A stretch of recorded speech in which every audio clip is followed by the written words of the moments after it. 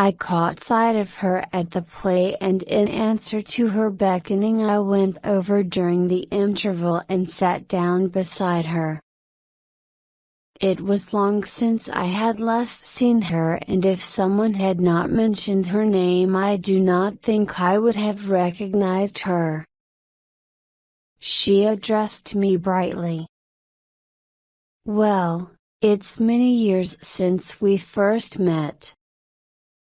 How time flies. We are not getting any younger. Do you remember the first time I saw you?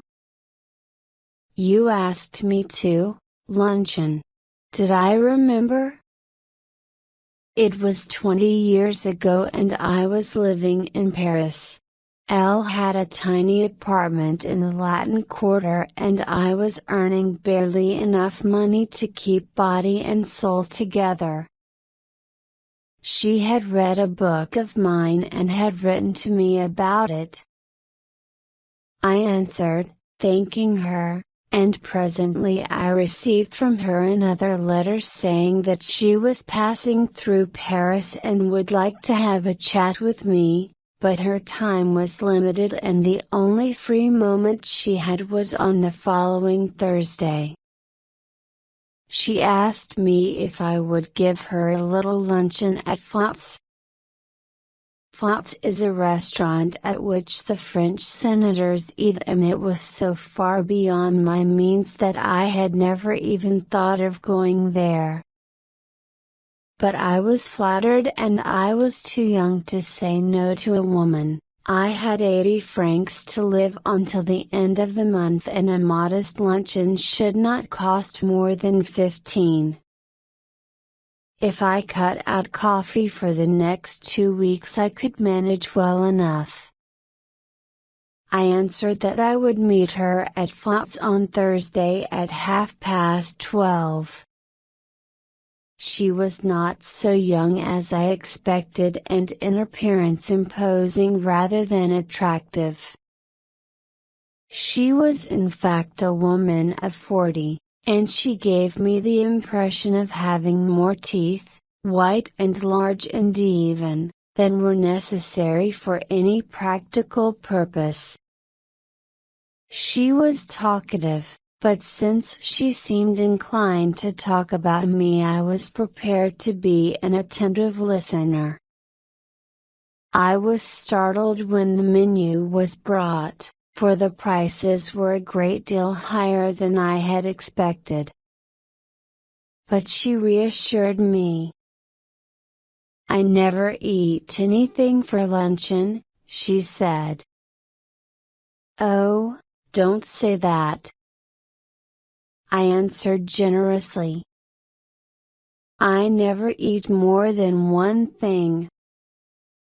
I think people eat too much nowadays. A little fish, perhaps. I wonder if they have any salmon." Well, it was early in the year for salmon and it was not on the menu, but I asked the waiter if there was any.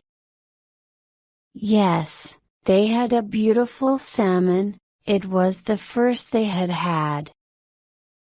I ordered it for my guest.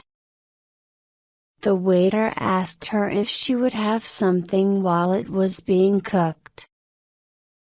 "No," she answered, "I never eat more than one thing. Unless you had a little caviar." I never mind caviar. My heart sank a little. I knew I could not afford caviar, but I could not tell her that. I told the waiter by all means to bring caviar.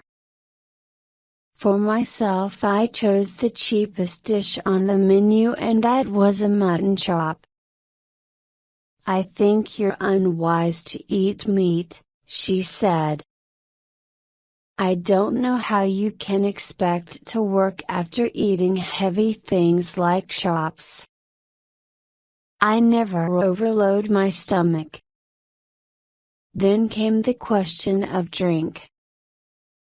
"I never drink anything for luncheon," she said. "Neither do I," I answered promptly. "Except white wine," she went on as though I had not spoken. "These French white wines are so light. They are wonderful for the digestion. What would you like?" I asked her. "My doctor won't let me drink anything but champagne." I think I turned a little pale. I ordered half a bottle. I mentioned casually that my doctor had absolutely forbidden me to drink champagne. "What are you going to drink, then?" "Water." She ate the caviar and she ate the salmon. She talked gaily of art and literature and music. But I wondered what the bill would come to. When my mutton chop arrived, she said, "I see that you're in the habit of eating a heavy luncheon. I'm sure it's a mistake. Why don't you follow my example and just eat one thing? I'm sure you'd feel much better then." "I am only going to eat one thing," I said, as the waiter came again with the menu. She waved him aside with a light gesture. "No, no, I never eat anything for luncheon. Just a bite, I never want more than that. I can't eat anything more unless they had some of those giant asparagus. I should be sorry to leave Paris without having some of them." My heart sank. I had seen them in the shops and I knew that they were horribly expensive. My mouth had often watered at the sight of them. "Madam wants to know if you have any of those giant asparagus," I asked the waiter. I hoped he would say number. A happy smile spread over his broad face, and he assured me that they had some so large, so splendid, so tender, that it was a marvel. "I'm not in the least hungry," my guest sighed, "but if you insist I don't mind having some asparagus." I ordered them. "Aren't you going to have any?" "No, I never eat asparagus. I know there are people who don't like them." We waited for the asparagus to be cooked. Panic seized me. It was not a question now how much money I should have left for the rest of the month, but whether I had enough to pay the bill. It would be terrible to find myself 10 francs short and be obliged to borrow from my guest. I could not bring myself to do that. I knew exactly how much money I had, and if the bill came to more I made up my mind that I would put my hand in my pocket and with a dramatic cry start up and say my money had been stolen. If she had not money enough to pay the bill, then the only thing to do would be to leave my watch and say I would come back and pay later. The asparagus appeared. They were enormous and appetizing. The smell of the melted butter tickled my nostrils. I watched the woman send them down her throat, and in my polite way I talked on the condition of the drama in the Balkans. At last she finished. Coffee? I said.